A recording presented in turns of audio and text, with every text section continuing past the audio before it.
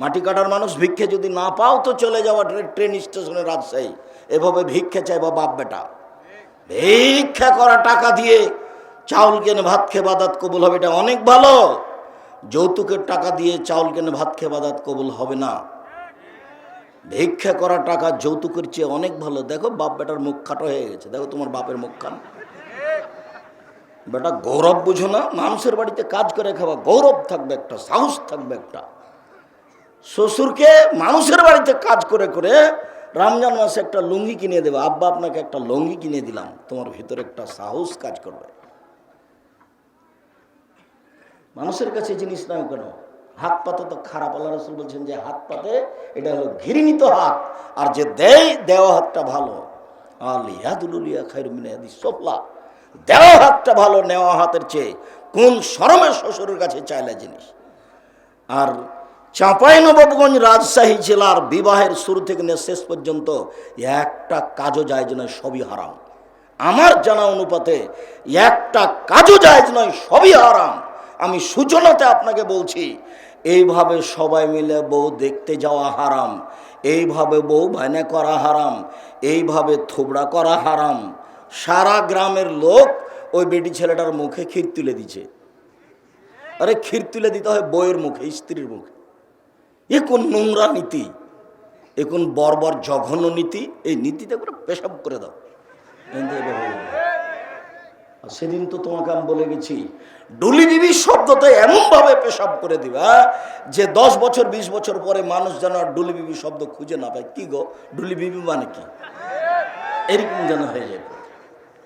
এতগুলো বেটি ছেলে মহিলা মানুষ কেন যাবে ওখানে? কোন সরমে যাবে? ঢং ঢং করে চলে যাচ্ছে আর ঘুরে বেড়াচ্ছে। কেন যাবে? কোথায় তার প্রমাণ? কোথায় ক্ষীরকাঁচির প্রমাণ? কোথায় আমাটার প্রমাণ?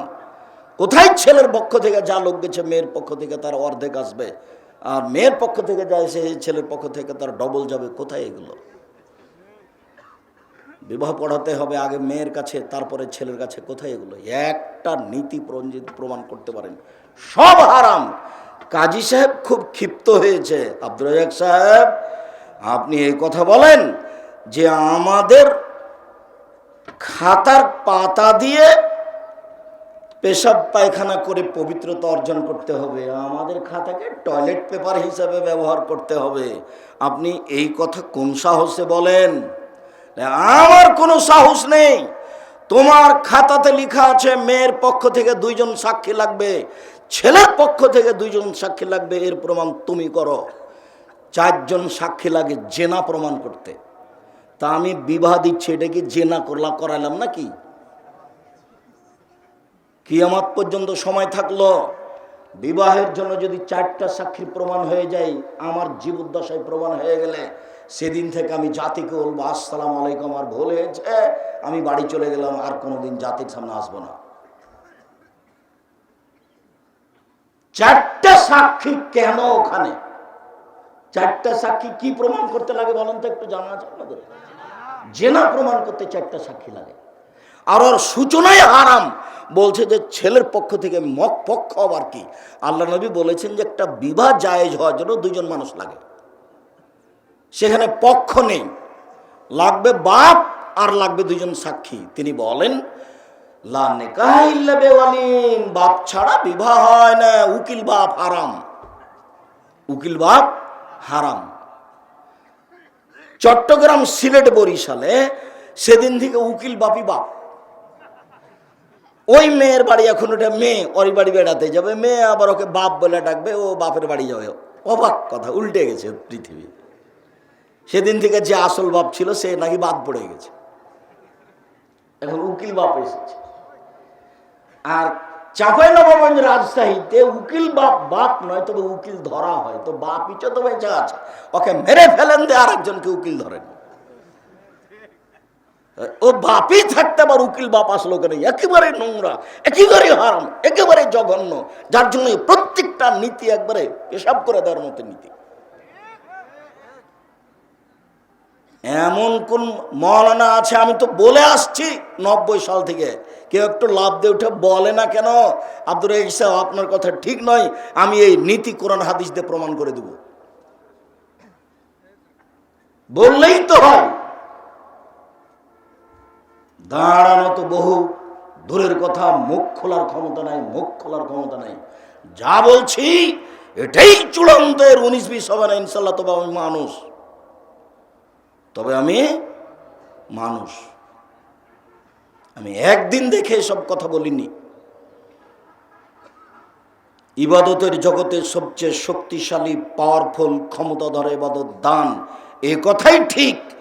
এর পরেও আল্লাহ নিজে হাতে দানের নেকি দিবেন না, নিজে হাতে নেকি দিবেন সিয়াম, রোজার। ইবাদতের জগতে সিয়ামের চেয়ে শক্তিশালী কোনো ইবাদত পৃথিবীতে নেই।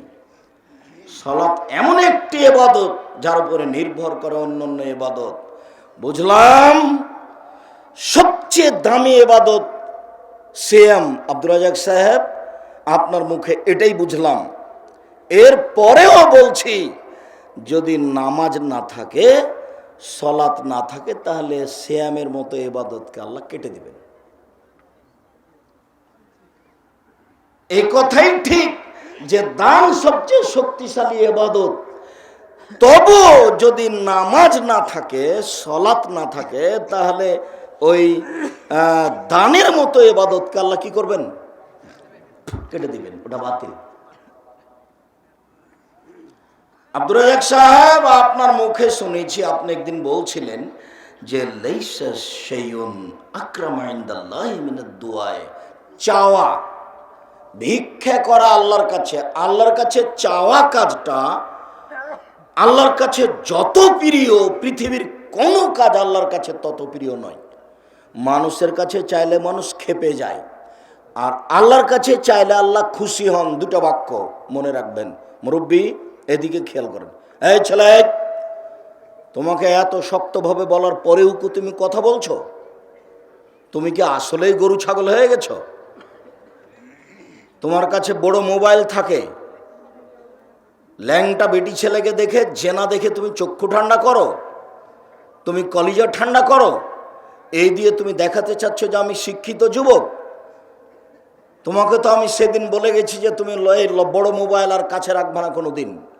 বড় মোবাইলে পেশাব করে দিবা।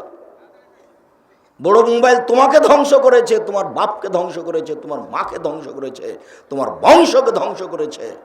তুমি বড় মোবাইলে দিন রাত ল্যাংটা মেয়েকে দেখছো, কলিজা ঠান্ডা করছো, চক্ষু ঠান্ডা করছো, আর জান্নাত কিনতে চাচ্ছ। জান্নাতের মেয়ে পড়ে আছে, জান্নাতের মেয়ে অত সহজ নয়। এই মেয়ে, তোমাকে বলছি, তুমি একটা মেয়ে মানুষ, তোমার হাতে বড় মোবাইল কেন? তোমার ওই মোবাইলে ল্যাংটা মেয়ে নাচে কেন? তোমাকে খারাপ লাগে না? তোমার একটু শরম হয় না? তোমার একটু হায়া হয় না? তোমার একটু লজ্জাবোধ হয় না? তুমি কি করো? কই, আমরা তো জাতির কাছে ভিক্ষা চেয়ে মাসে 24 লক্ষ টাকা মানুষকে বেতন দিই, তো বড় মোবাইল ব্যবহার করি না, করতেও পারি না, তো কই আমাদের তো প্রয়োজনও হয় না। তুমি কি করো ওই মোবাইল দিয়ে? তোমার হাতে, তুমি মেয়ে মানুষ, তোমার হাতে এই মোবাইল কেন? ও দিয়ে তুমি কি করো? বলে আব্দুর রাজাক, সেই দিয়ে আমি একটু বই পুস্তক ঠিক করি, অনলাইনে পড়ি। তুমি অনলাইনে শুধু পড়ো আর কিছু করো না? তুমি শয়তানকে চিনো? শয়তান আল্লাহকে বলছে। আল্লাহ যখন বললেন সর সর এখান থেকে সর, আমি যে বললাম যে তুই আদমকে মেনে নে, তো তুই বললি যে আমি মানতে পারবো না, আমি মাটির তৈরি নই, আমি আগুনের তৈরি, তো তোর অহংকার বেশি হয়েছে, সর সর সর। তখন শয়তান বলছে ওয়া ইজ্জতাকা ওয়া জালালাকা ওয়া ইরতিফায়ে মাকানিকা, আল্লাহ তোমার মর্যাদার কসম, তোমার সম্মানের কসম, তোমার ইজ্জতের কসম, লা উবিয়ানাল ইনসানা, মানুষকে আমি ভ্রান্ত করবই করব। আমি শয়তান একাই জাহান্নামে যাব না, আদমের ছেলে মেয়েকে নিয়েই যাব। ওদের দেখে ছেড়ে দেবো কি করে ও জান্নাতে যেতে পারে আমাকে বাদ দিয়ে।